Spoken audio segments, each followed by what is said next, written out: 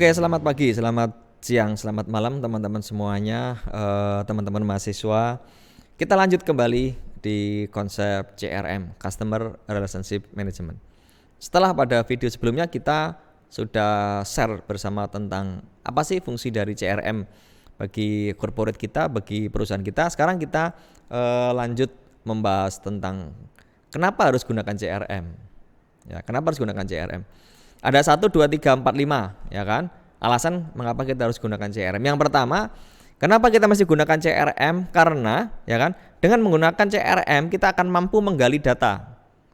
Kalau tak tarik lagi kepada konsep definisi konseptual jelas, ya kan?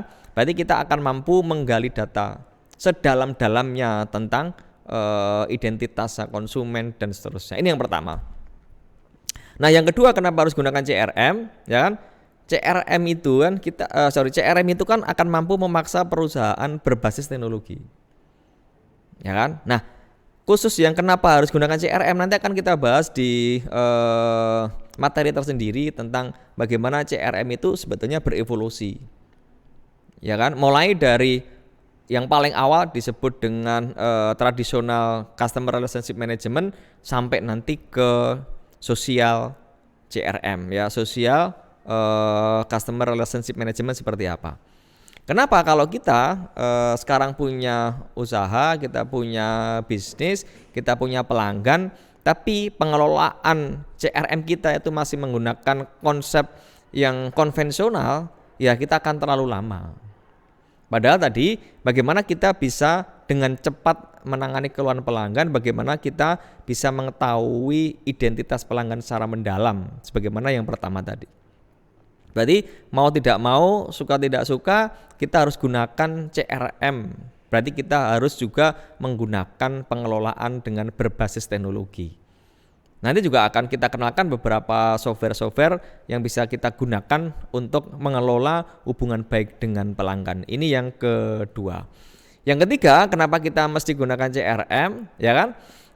Tujuannya adalah untuk mencegah distorsi informasi. Karena informasi yang terbuka secara lebar, kita bisa mendapatkan informasi tentang pelanggan, kita bisa merekam semua informasi pelanggan, sampai kita bisa membuat profil pelanggan itu, ya kan? Nah, kemudian setelah kita mampu membuat profil ini, mau kita apakan? Jangan sampai kerjaan kita itu hanya collect data, kerjaan kita itu hanya mencari data-data tentang pelanggan, ya kan, merekam sampai membuat profil, tapi tidak ada tindak lanjut dari data itu. Data ini mau kita gunakan untuk apa?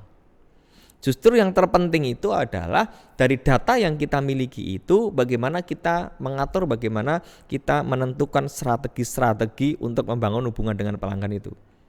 Maka kalau kita punya CRM yang bagus, ini akan mencegah distorsi informasi. Informasi yang akan kita berikan, strategi yang akan kita lakukan itu mesti akan tepat sasaran, ya. Karena kita punya data yang mendalam dari customer atau dari pelanggan kita. Yang nomor 4 dan nomor 5, ya kan? Dengan menggunakan CRM, kita akan mampu membangun keterikatan.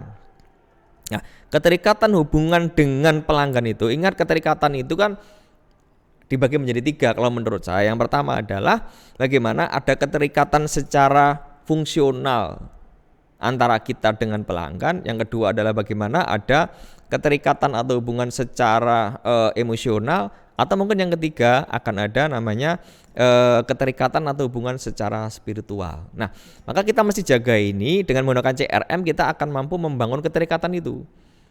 Semakin kuat keterikatan orang kepada produk kita, semakin kuat keterikatan pelanggan itu pada produk atau layanan kita, maka itu akan memperkuat tingkat customer loyalty. Ingat, kita udah pernah belajar bareng-bareng, loyalitas itu bertingkat. Loyalitas itu ada levelnya, level 1 sampai ke yang level yang tertinggi.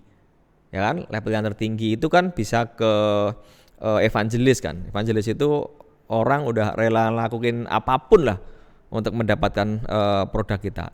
Intinya apa? Ya kan? Intinya berarti kita harus mampu membangun keterikatan yang kuat. Semakin kuat keterikatan itu, maka akan semakin kuat loyalitas pelanggan kepada kita. Ini yang nomor 4 dan yang nomor 5. Nah, kemudian nanti kita akan bahas tentang bentuk-bentuk CRM ya nanti di video-video berikutnya. Mulai kita akan membahas tentang bentuk strategik CRM. Strategik CRM berarti mulai dari bagaimana orientasinya adalah ke produk atau product oriented, kemudian ke production oriented, atau nanti sampai ke yang ketiga adalah sales oriented. Itu bagian dari strategi CRM.